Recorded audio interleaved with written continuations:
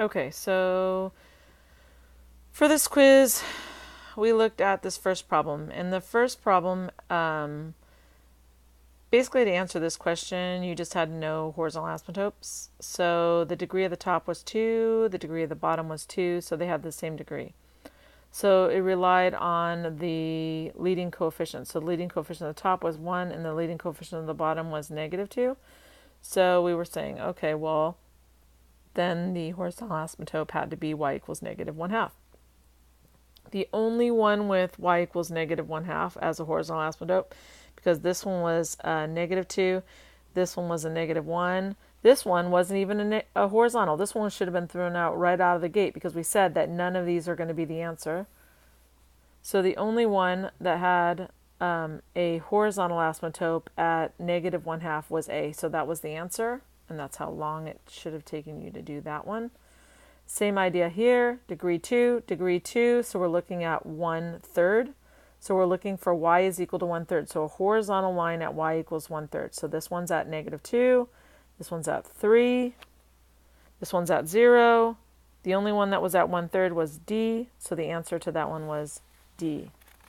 Okay. I'm gonna go pretty fast through this because the video has to fit on YouTube. Okay.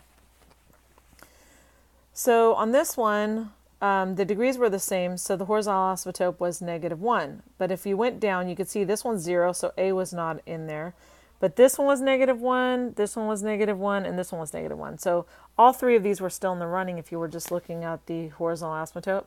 So we had to look at something else. So we factored this one and we factored this one, and we see that x over x would make, because they're the same factors, 0 would make a whole, but -1 would make the top 0, whereas 1 would make the bottom 0. So 1 would be a vertical asymptote and 0 would be a whole. So we're looking for 1 as a vertical asymptote, there it is, and 0 as a whole. So there's C. You can see how 0 is a whole here, but -1 is the vertical asymptote, so you can see how C had to be the answer here. On this one, we have the same degree. Degree 1 on the top, degree 1 on the bottom, so the horizontal asymptote had to be -1. So when we're looking at the horizontal asymptote being -1, we see that it would be A or D. A or D is the only possible, these are the only possible answers. But we're looking at this and we're saying, oh, okay, well, 0 is the only thing that's going to make the denominator 0, and it does not make the numerator 0, so it has to be a vertical asymptote. So 0 would have to be a vertical asymptote. You see how -4 is a vertical asymptote here? That's why A is not the answer here. And when we look down at D, 0 is a vertical asymptote here, so D is the answer. Okay. We're looking now at this guy right here. And there's a couple of things I'd like to mention here. Is if we didn't have the -1 hanging on here, we would be saying that this would have a vertical asymptote at 0, but then if I'd said 0 minus 1, I'm bringing that vertical asymptote down 1, okay? So we're looking for a vertical asymptote that's at a horizontal asymptote that's down 1. So we're looking at for a horizontal asymptote that's at -1. But let's say we just didn't even realize that and we just were looking at the vertical asymptote. -1 would make the bottom 0. There's nothing that's going to make the top 0 because there's no variables on the top, okay? So -1 makes the bottom 0. So I'm looking for a vertical asymptote at -1. There's no holes because there's nothing on the top. So this one gets thrown out right away. -1 is a good answer here. This doesn't have a vertical asymptote at -1, and this doesn't have a vertical asymptote at -1. So the only answer looking at the vertical asymptotes would be B. So you only had to look at the vertical asymptotes. And same here. The only vertical asymptote here would be -1. So this doesn't have a vertical asymptote at -1. This doesn't have a vertical asymptote at -1. This does have a vertical asymptote at -1. This does not. So this you can answer just by the vertical asymptote. However, if you wanted to look at the horizontal asymptote, you could see horizontal asymptote would be 0, but then it would be shifted up 2. So if you looked at the horizontal asymptote, 0, but shifted up 2. There it is. Okay? So C would be the answer. Okay, for the next couple problems, you have multiplication, so you just factor them and you make ones. So you can see how m plus 6 made a 1. But you see how this is m minus 8 and this is 8 minus m? Well, when you do that, you're not making a 1, you're making a negative 1 because they're opposites. So you end up with negative 1 and m plus 8, and then 6m squared. Well, when you have a negative 1 times m plus 8, you get the opposite of m minus 8 over 6m squared, which is a. Here it's pretty basic. You just factor, you make your ones, and then whatever factors are left is what's left in there. Okay. Last ones. For division, you're doing multiplication, but your second fraction is going to be, we're going to multiply by the reciprocal. So we took this fraction and we multiplied by the reciprocal.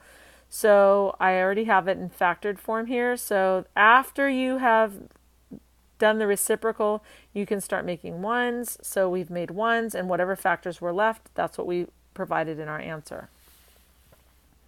You can see how we took these guys and we factored them, but we not only factored them, whatever was on the top here is now on the bottom here for our reciprocal. And then we made ones, and whatever factors were left are now left in our answer. The next one we have addition, and before we even started, you can see if I just had 6 over 3, I would have made that 2 over 1. That would be very basic. I can't go this way where this is a 2 and this is a 2 and start crossing out like crazy, because that's addition. But I can do a fraction like 2 over 1. I can make a 6 over 3 a 2 over 1.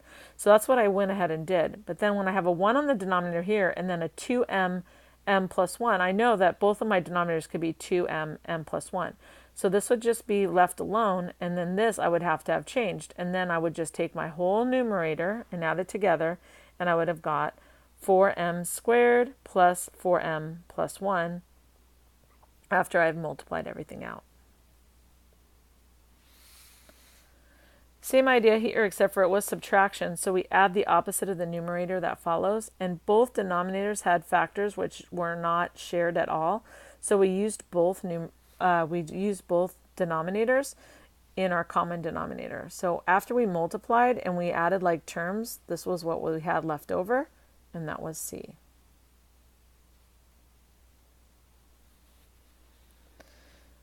Here we factored, and then we made ones with our factors, and that's what we had left over. Here we factored, we made ones with our factors, and that's what we had left over. Here we were looking at vertical asymptotes. So we were looking for things that made the bottom 0 but not the top. So we basically looked at the bottom and said, what would make you 0? We solved it and we got x is equal to negative 1. Now most of you guys could eyeball that and say negative 1 plus 1 would make a 0. And you could also see that negative 1 would not make the top 0. So you can know that that would be a vertical asymptote. Here, after you factor this is when you're going to be able to see what makes the denominator 0. But you'll also see that these two factors matched. And when they match, that means that it makes the top and the bottom 0. So 3 made the top and the bottom 0, so that was not a vertical asymptote, that was a whole. So the only vertical asymptote was negative 2, and that was from that factor. So on 16, there was only one vertical asymptote. For the wholes here, after we factored the top and we factored the bottom, we found out that 0 made the top and the bottom 0, negative 3 made the top and the bottom 0, and so those were both wholes. Wholes are things that make the top and the bottom 0.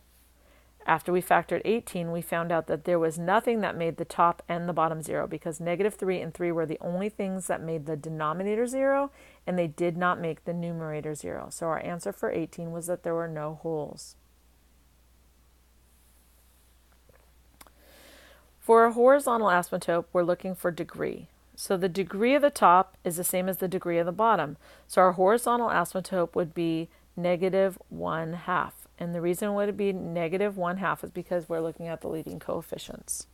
That's when the degrees are the same on the top and the bottom. When the degree of the denominator is larger than the numerator, we go ahead and just say that the horizontal asymptote is y equals 0.